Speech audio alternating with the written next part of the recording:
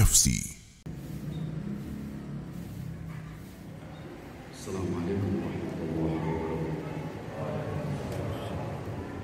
Alhamdulillah, nahmaduhu wa nasta'inuhu wa nastaghfiruh wa na'udzu bihi min shururi anfusina wa min sayyiati a'malina. Man yahdihillahu fala mudilla lahu wa man yudlil fala hadiya lahu.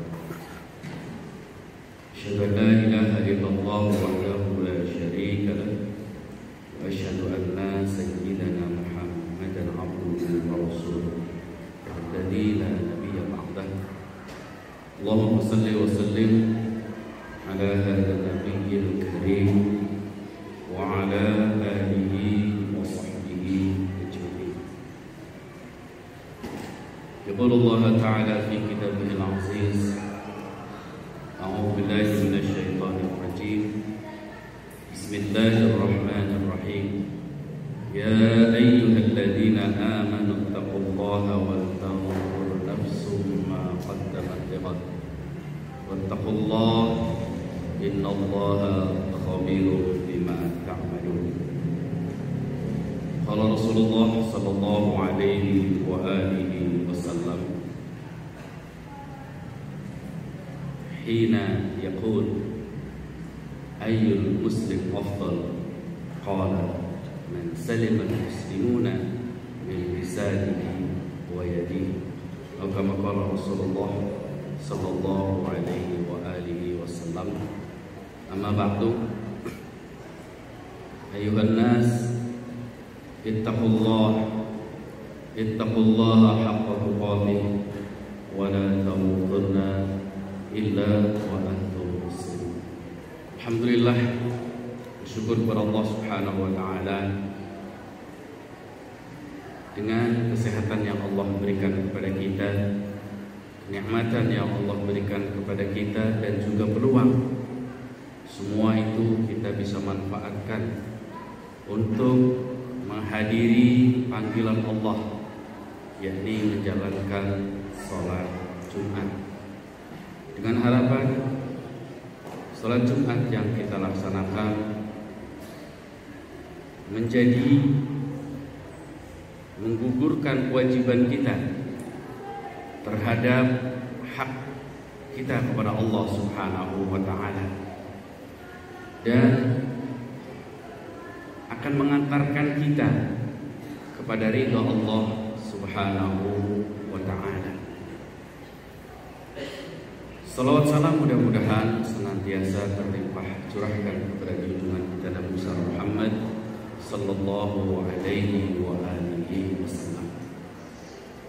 Jamaah, mari kita tingkatkan prestasi ketakwaan kita kepada Allah Subhanahu wa taala, dengan harapan dengan kita berikhtiar, kita berusaha memperbaiki ketakwaan kita kepada Allah Subhanahu wa taala, maka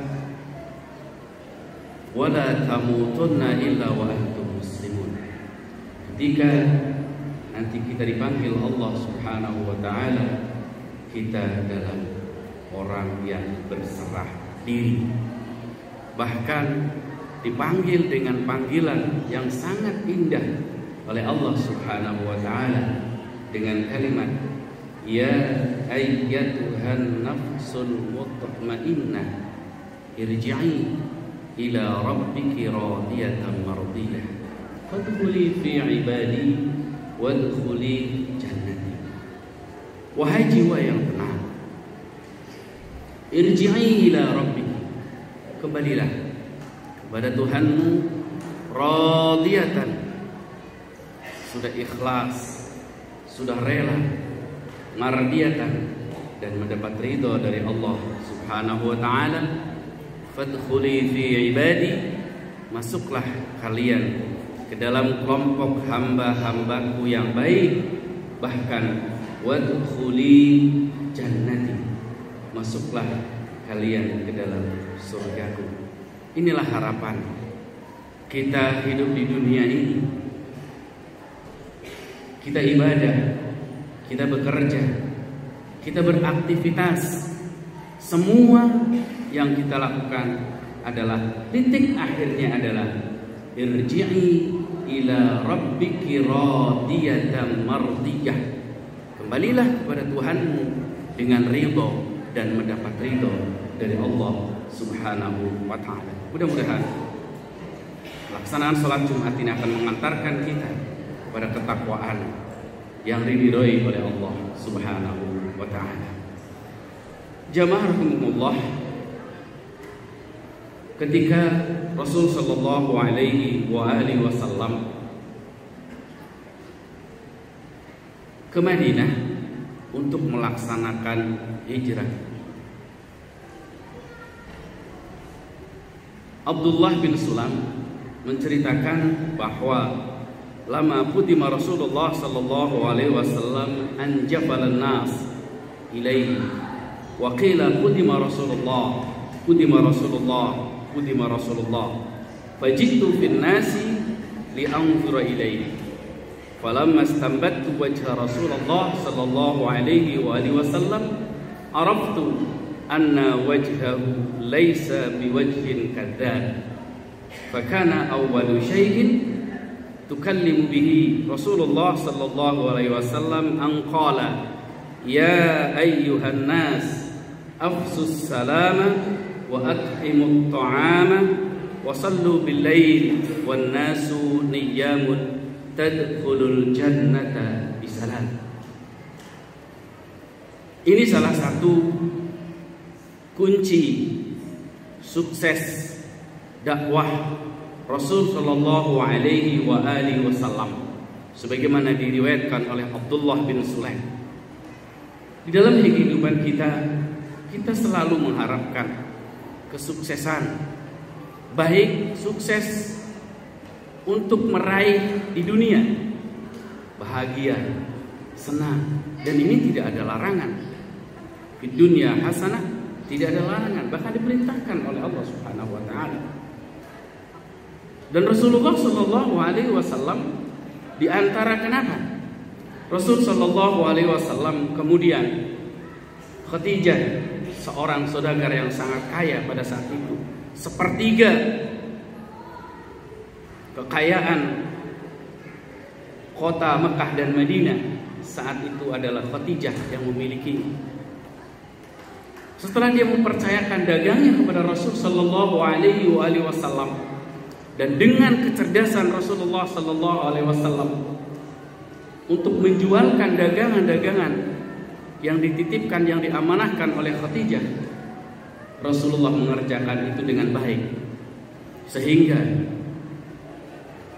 Khadijah radhiyallahu anha akhirnya meminang Rasulullah sallallahu alaihi wasallam karena kecerdasannya. Dan dakwah Rasul sallallahu alaihi wasallam ketika beliau sampai ke Madinah, beliau datang ke Madinah tidak langsung mengajak orang, ayo sholat, ayo puasa, ayo ibadah. Tapi kalimat indah yang disampaikan oleh Rasulullah sallallahu alaihi wasallam adalah ayyuhan nas, wahai sekalian manusia, afsus salama bainakum. Kunci awal Rasul sallallahu alaihi wasallam di dalam berdakwah adalah, kata Rasulullah, afsus salam, tebarkan keselamatan, tebarkan salam kepada siapapun. Dan kita bisa lihat ketika Rasul sallallahu alaihi wasallam sampai ke Madinah, yang menyambut Rasulullah bukan hanya orang-orang muslim. Makanya kalimat yang disampaikan oleh Rasulullah bukan ayyuhal mu'minin, ayyuhal muslimun, tidak. Tapi Rasul sallallahu alaihi wasallam menggunakan kalimat ayyuhan nas, wahai sekalian manusia. Dan kalimat afsus salam, sebagaimana disampaikan oleh Rasulullah sallallahu alaihi wasallam, adalah manusiawi. Bukan hanya orang muslim saja yang bisa menebarkan keselamatan, keamanan, kebaikan kepada orang lain, tapi semua manusia. Ketika kita ingin mengharapkan hidup dengan aman, dengan sejahtera, maka paling tidak yang pertama, kalau kita sebagai orang muslim, adalah Yang pertama, lisan kita mengucapkan kalimat Assalamualaikum. Kalimat ini sangat ringan, sangat mudah.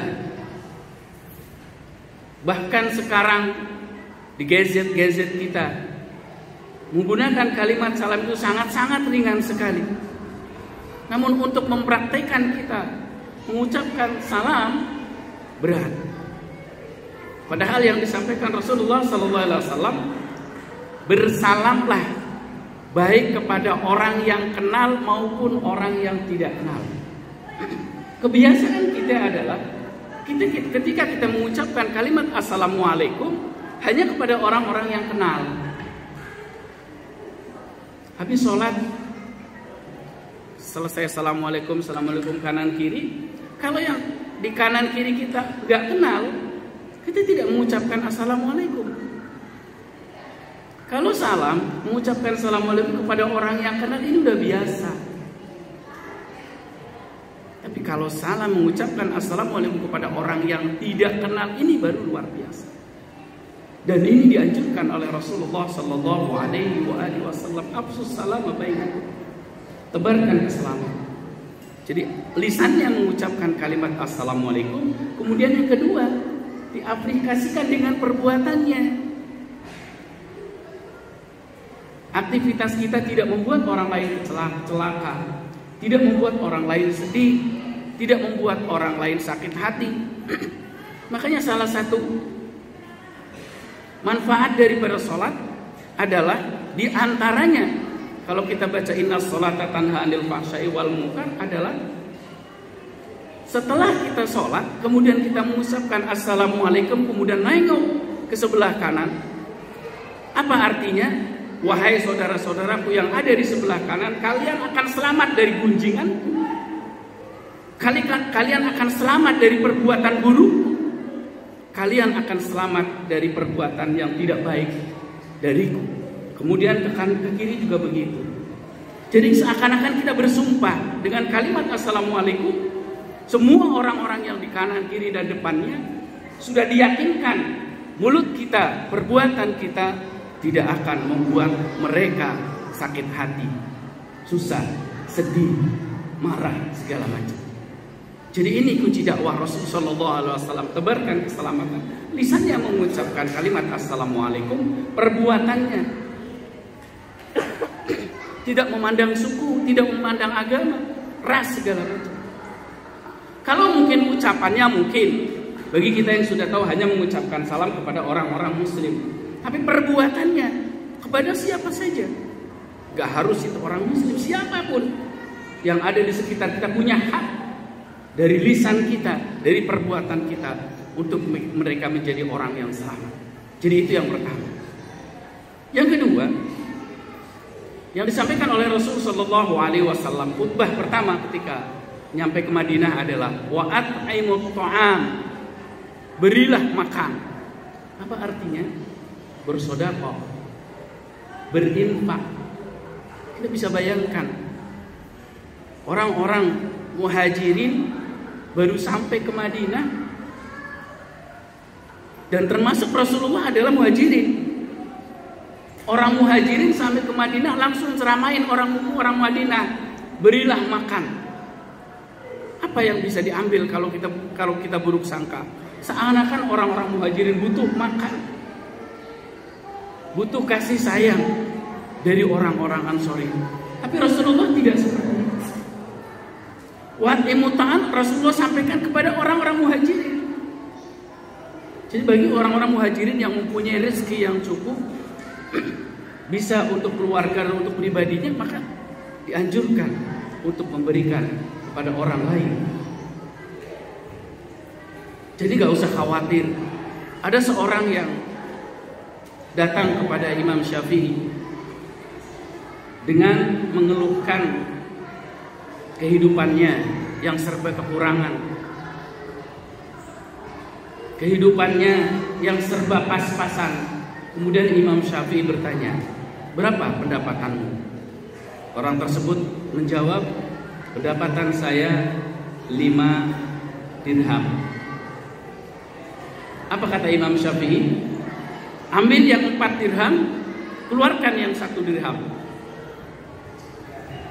Orang tersebut tambah mikir, dengan 5 dirham saja hidupku susah, keluarga aku gak tenang, gak nyaman. Ini malah imam suruh mengeluarkan 1 dirham, gimana nanti? Kata Imam Syafi'i, mau gak pengen hidup nyaman, bahagia, tenang, sakinah? Ya, keluarkan 1 dirham. Keluarkan akhirnya setiap bulan. Beberapa bulan kembali, beberapa bulan kemudian dia kembali lagi mengatakan, ya imam, setelah saya keluarkan 1 dirham, hidup saya masih belum nyaman, masih kurang tenang. Istri saya, keluarga saya masih butuh, masih kurang untuk kehidupan sehari-hari. Apa kata Imam Syafi'i? Keluarkan lagi 1 dirham, cukupkan dengan 3 dirham. Akhirnya karena itu Imam Syafi'i mengatakan, dia pun pulang dengan meyakini dengan 3 dirham dia akan cukup kehidupannya. Akhirnya dia lakukan itu dengan baik. Dan setelah beberapa bulan kemudian dia datang ke Imam Syafi'i. Wahai imam, alhamdulillah sekarang hidup saya tenang dengan 3 dirham. Apa kata Imam Syafi'i? Itulah rizki yang barokah, rizki yang cukup untuk kehidupan. Dan banyak sekali contoh-contoh orang yang dengan kehidupannya sederhana kemudian ingin memberikan kepada orang lain, akhirnya hidup menjadi tenang. Mungkin kita pernah dengar ada yang namanya rumah makan gratis. Pertama orang yang membuat rumah makan gratis adalah bukan orang kaya, orang yang sangat miskin. Saya tahu kehidupannya.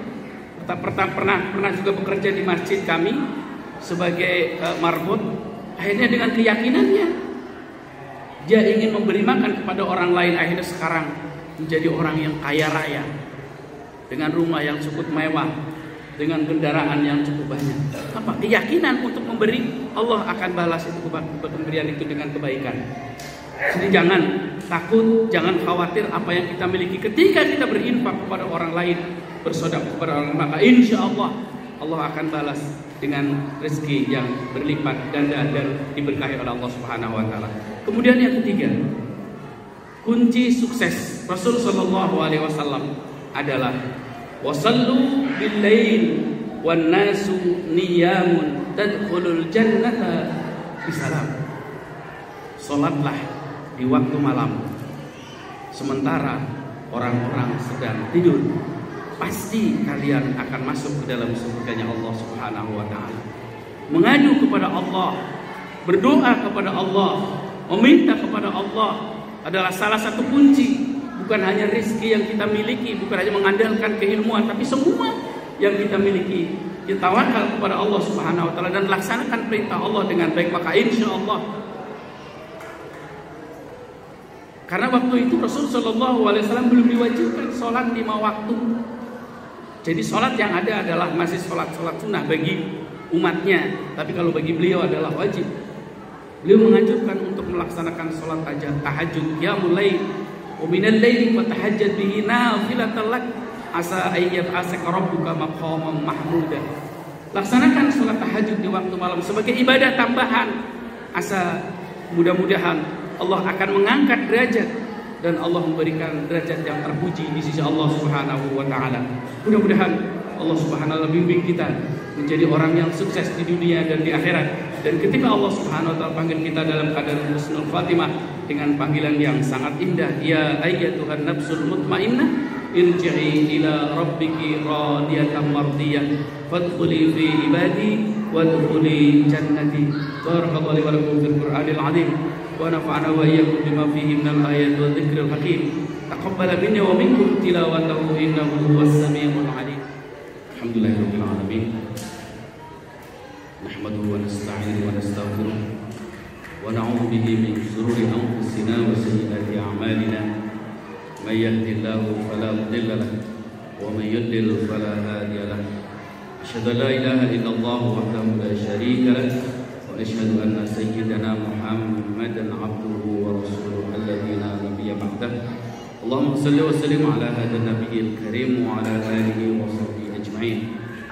يقول الله تعالى في كتابه العزيز أعوذ بالله من الشيطان الرجيم يا أيها الذين آمنوا قوا أنفسكم وأهليكم نارا وقودها الناس والحجارة عليها ملائكة غلاد شداد لا يعصون الله ما أمرهم ويفعلون ما يؤمرون. قال رسول الله صلى الله عليه وسلم اتق الله حيثما كنت واتبع السيئة الحسنة تمحوها وخالق الناس بخلق حسن أو كما قال رسول الله صلى الله عليه وسلم أيها الناس اتقوا الله حق تقاته ولا تموتن إلا وأنتم مسلمون ولزموا الصلاة على خير خلقه فبذلك إرشادا وتعليما وإجلالا لقدرته فقد قال إن الله وملائكته يصلون على النبي يا أيها الذين آمنوا صلوا عليه وسلموا تسليما. وارض اللهم عن عقبة الخلفاء الراشدين أبي بكر وعمر وعثمان وعلي وعن بقية الصحابة الكرامة أجمعين علينا معهم برحمتك يا أرحم الراحمين. اللهم اغفر للمؤمنين والمؤمنات والمسلمين والمسلمات الأحياء منهم والأموات. اللهم أعنا على ذكرك وشكرك وحسن عبادتك. اللهم أرنا الحق حقا وارزقنا اتباعه وأرنا الباطل باطلا وارزقنا اجتنابه. ربنا آتنا في الدنيا حسنة وفي الآخرة حسنة وقنا عذاب النار والحمد لله رب العالمين. عباد الله إن الله يأمركم بالعدل والإحسان وإيتاء ذي القربى وينهى عن الفحشاء والمنكر والبغي يعظكم لعلكم تذكرون. فاذكروا الله العظيم يذكركم واشكروه على نعمه يزدكم واسألوا من فضله يؤتكم ولذكر الله